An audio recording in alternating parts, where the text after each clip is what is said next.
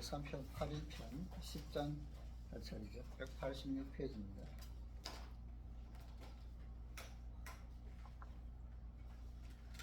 자왈 체자 기관이 왕자 오부력관지 공자께서 말씀하셨다.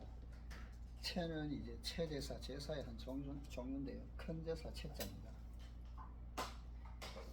체제사를 지내면 자기관, 여기서 관은 이제 물될 관자인데 여기서는 이제 뭐 따르다 붓다라는 뜻으로 강신제 지낼 때 이제 술을 땅에 붓는 거, 강신주 따르는 것을 이야기를 합니다. 그래서 체제사를 지냄에 있어 술을 땅에 부어 강신을 빈 다음으로부터의 절차는 오부력관지, 나는 보고 싶지 않다. 여기서 체는 고대 예의 하나입니다. 우리 문화에도 서양과 마찬가지로 좁은 의미의 종교가 있었습니다. 이 체는 우리의 종교 정신을 상징하며 천지 조상에게 제사를 지내는 예입니다. 이 이야기를 하자면 체자의 기원을 알아야 하는데 적어도 강희자전을 가지고 연구해야 합니다. 이 강희자전은 이제 뭐 청나라 강희제 때 만든 자전이죠. 옛날에는 5, 6세가 되면 먼저 소학을 공부했습니다.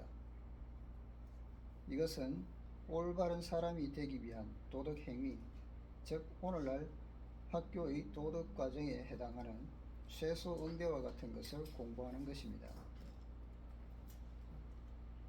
쇠소, 쇠자는 이제 뿌릴 쇠자죠. 물을 뿌리는 거.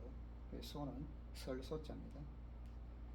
쇠소는 문자상으로 보면 간단해서 물을 뿌리고 비로 땅을 쓰는 것일 뿐이지만 응대는 아주 번거로운 일이었습니다.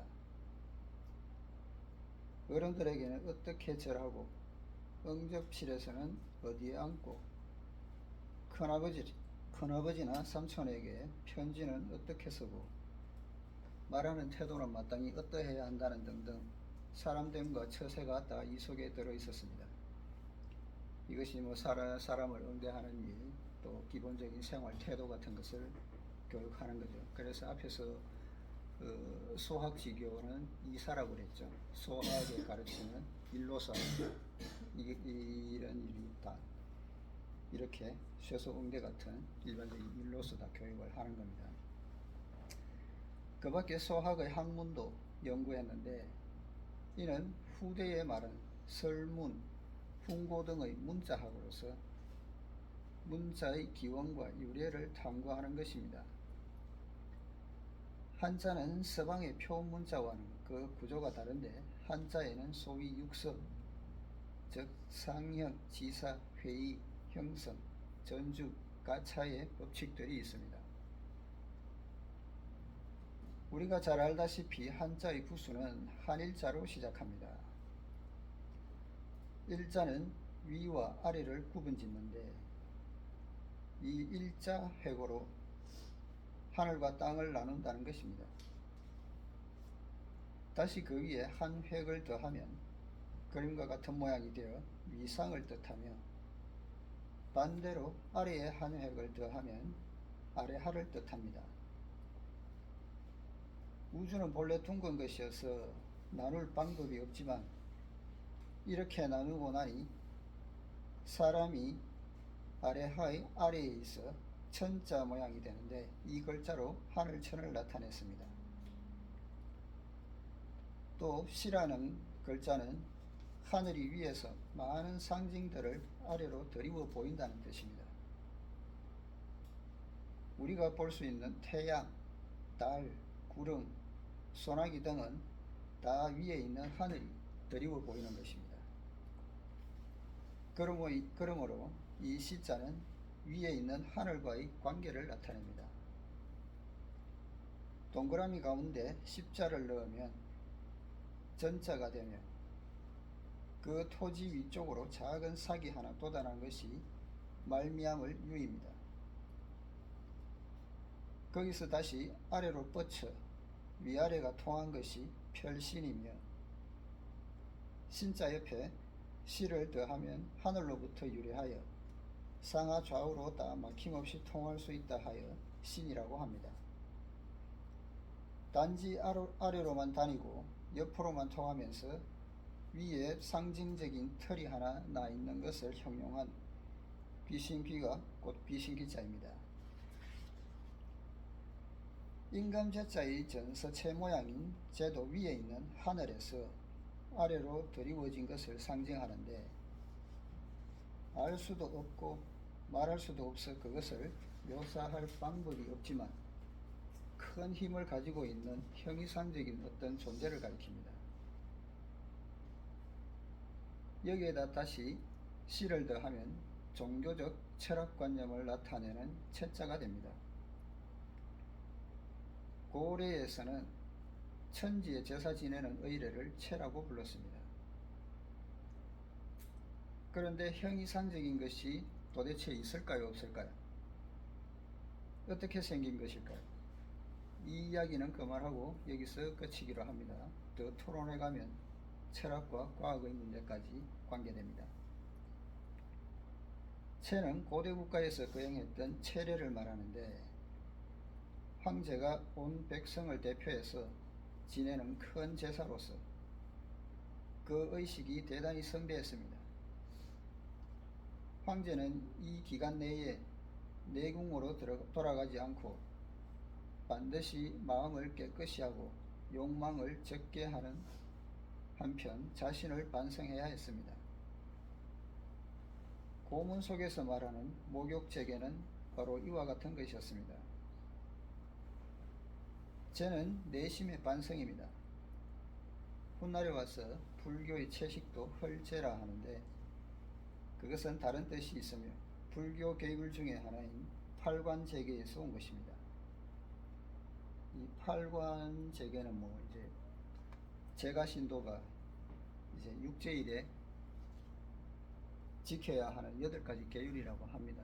육제일이라고 하면은 매달 6일이 정해진 날짜에 목욕제계하고 하는 8가지 계율을 지키는 형식이라고 합니다. 그게 팔관제계라고 하고요.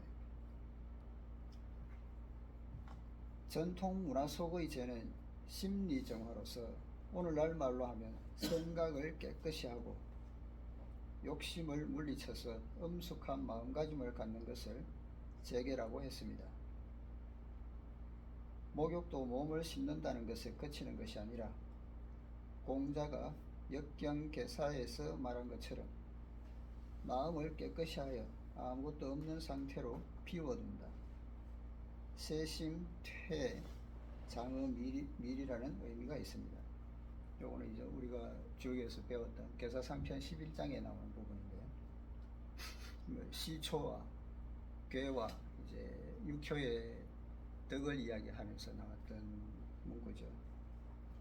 그래서 그런 현인지덕으로 마음을 깨끗이 한다는 겁니다. 그리고 물러나서 은밀함에 간직해 둔다는 거죠. 그리고 나서 요 뒤에 이어지는 문구가 이제 기륭 여민동환이죠.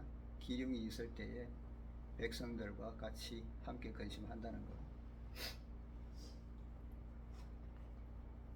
고대 체례는 국가의 큰 재전이자 온 백성의 재전이었으므로 지도자인 황제는 7일 또는 3일 동안 재개한 다음에야 온 백성을 대표해서 재전을 주관했습니다. 황제는 온 정신을 쏟고 성심성의를 다해서 마치 큰 종교가가 큰 기도를 올리듯이 매우 정중하게 제사를 지내야 하며 절대 소홀히 할 수 없었습니다. 여기서 공자는 당시의 문화적 쇠퇴를 지적하고 또 체례에 참가하기는 하지만 형식적일 뿐이라고 말하고 있습니다. 이런 모습은 오늘날 많은 사람들이 친척이나 친구 등의 상사에 서둘러 달려가서 부의록에 이름을 쓰고 빈소에 절 3번 한 후 마치 세금이라도 내려간 듯 부의금만 내고 얼른 돌아 나오면 그만일 뿐 숙연하고 슬픔감이 조금도 없는 것과 같습니다. 현대사회의 이런 풍조도 문화정신의 중대한 문제입니다. 공자는 춘추시대의 상황에 대해 어떻게 말했을까요? 공자는 체자기관이 왕자라 했습니다. 다시 말해 체례가 시작된 후 제례주관자는 신에게 올리는 한 잔의 술을 바쳐들었지만 마음속 생각은 다른 곳에 가 있어 이어지는 기도 등의 엄숙한 제례를 그저 적당히 해버린다는 것입니다. 공자는 이런 모습을 보고 탄식하면서 나는 정말 보고 싶지 않다. 오 불욕관지라고 했는데 왜 보고 싶지 않았을까요? 그 이유는 사람들이 제사를 형식적으로 지내는 척하면서 제사의 참된 정신을 잃고 있었기 때문입니다. 공자의 말 속에는 많은 뜻이 담겨 있습니다. 오늘날 사회에서 많은 의식들을 치르는데 모두 성의가 없습니다. 종교의식이든 사회적인 선서이든 손을 한번 들어 표시할 뿐 마음속에는 엄숙하고 공경하는 성의가 전혀 없습니다. 그 모습을 옆에서 냉정한 눈으로 보면 체제사를 지냄에 있어 술을 땅에 부으면 강신을 빈 다음부터의 절차는 나는 보고 싶지 않다는 탄식이 저절로 나오지 않을 수 없습니다. 공자의 말은 무슨 일이든 마음에서 우러나오는 정성으로 해야지 형식만 지키려 해서는 안 된다는 것입니다. 모든 형식은 다 마음에서 우러나는 정성과 결합되어야 의미가 있다는 것이 전통 문화의 본질임을 우리에게 말해줍니다.